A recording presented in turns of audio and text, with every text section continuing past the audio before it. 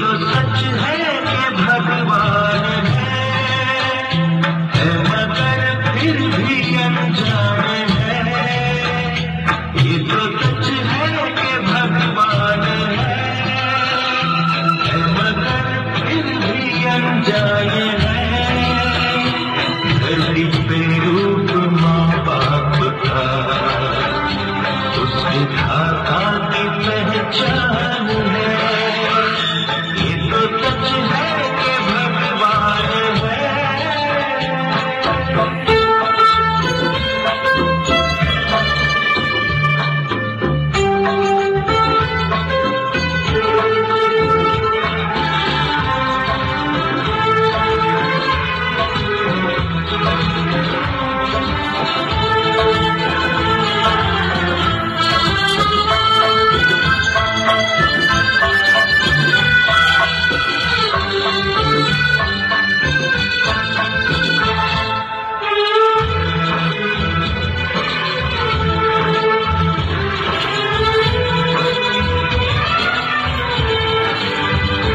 जन्मदाता है जो नाम जिनसे मिला, हम हर जिनकी उंगली है बचपन चला।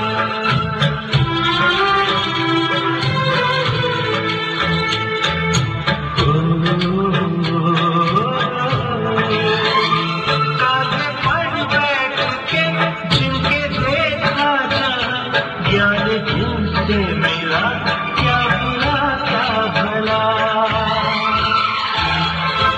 इतने उपकार है क्या कहे, ये बताना आसान है। धरती पे रूप माँ बाप का उस विधाता की पहचान है। ये तो सच है कि भगवान है।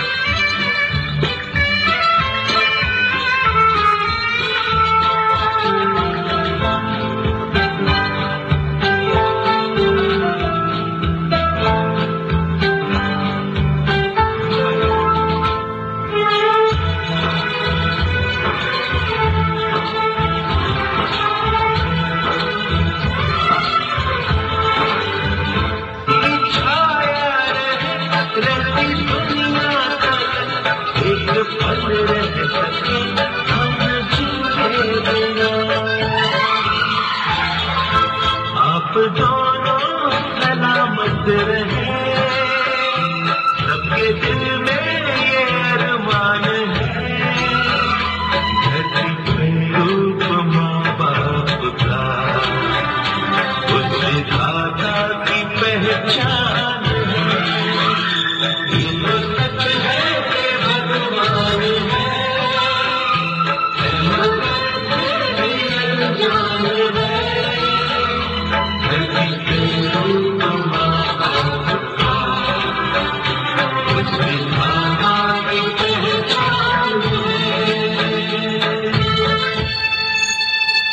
Give a very big hand for this cute and dashing performance. After this performance, let us move to the spiritual sides of our lives. The Bhagavad Gita. It is the essence of Vedas and Upanishads. It is a book with sublime thoughts and shows that the will of God is supreme.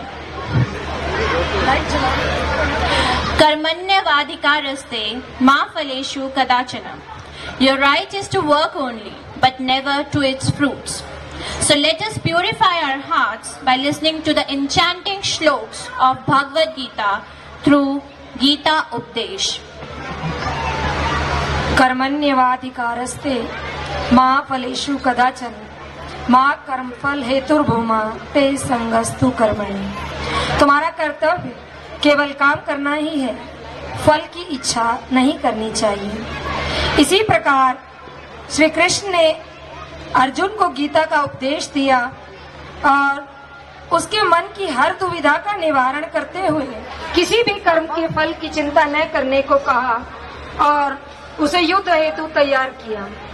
Shri Krishna Arjun के इस संवाद के कुछ अंश का नाट्य रूपांतरण प्रस्तुत कर रहे हैं हमारे विद्यालय के छात्र। तो एक बार स्वीट स्वीट तालियां स्वागत के लिए।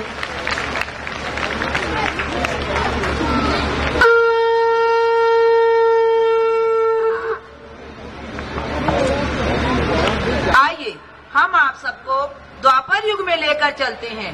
महाभारत के युद्ध में कुरुक्षेत्र के मैदान में युद्ध भूमि के बीचों बीच कौरवों और पांडवों की सेनाएं आमने सामने खड़ी हैं। श्री कृष्ण ने इस युद्ध में शस्त्र ना उठाने का प्रण लिया है, इसलिए श्री कृष्ण अर्जुन के सारथी बने हैं और अर्जुन का रथ चला रहे हैं। अर्जुन युद्ध स्थल पर अपने भाइयों और रिश्तेदारों को सामने खड़ा देख विचलित हो जाता है और अपने अस्त्र शस्त्र नीचे रखकर श्री कृष्ण से कहते हैं कि हे कृष्ण, मैं ये युद्ध कैसे करूं, क्योंकि ये सब तो मेरे भाई बंधु हैं। यदि मैं इनसे युद्ध करूंगा तो पाप का भागी बनूंगा। मैं इनसे युद्ध नहीं कर सकता। इस धर्म संकट से अर्जुन को उभारने के लिए श्री कृष्ण कहते हैं, तुम्हें कर्म करना है, फल की चिंता नहीं।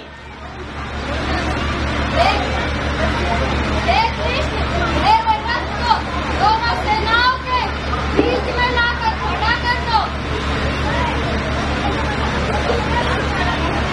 युद्ध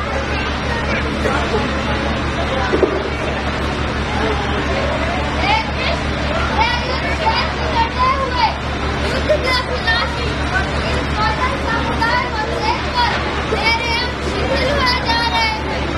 शरीर में कंपन एवं रोमांच हो रहा है। हाथ से कांटे गिर रहा है और मुंह सूखा जा रहा है तथा मेरा मन अमृत सा हो रहा है। इसलिए मैं खड़े रहने में समर्थ नहीं। मैं युद्ध के बारे में सोचकर मैं ठीक हूँ। हे अर्जुन, तुम युद्ध के लिए विचलित क्यों हो? हे पार्थ, तेरा कर्म करने में ही अधिकार है। तू फल की चिंता मत कर, फल को चाहने वाला मत बन। हे जनार्दन, इन धृतराष्ट्र के पुत्रों को मारकर हमें क्या प्रसन्नता होगी?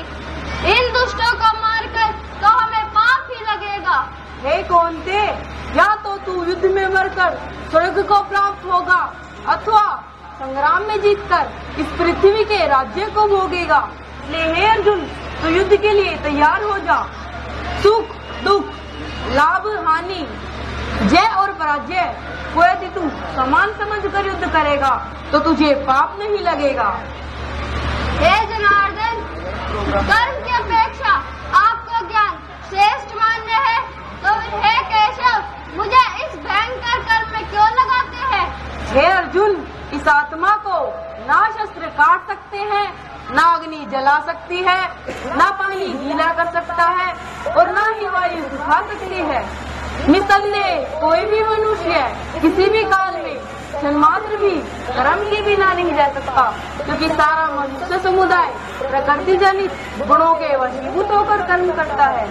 हे योगेश्वर, आप परम ब्रह्मा है, परम धाम है, परम पवित्र है, क्योंकि आपको सृष्टिगण दिव्य पुरुष, देवों का भी देव, अजन्मा सर्वोपरि कहते हैं। कैसे देव ऋषि नारद, देवल ऋषि और महर्षि व्यास कहते हैं। हे अर्जुन, मैं यहाँ सब भूतों के हृदय में स्थित सबकी आत्मा हूँ और आदि मध्य भी मैं ही हूँ।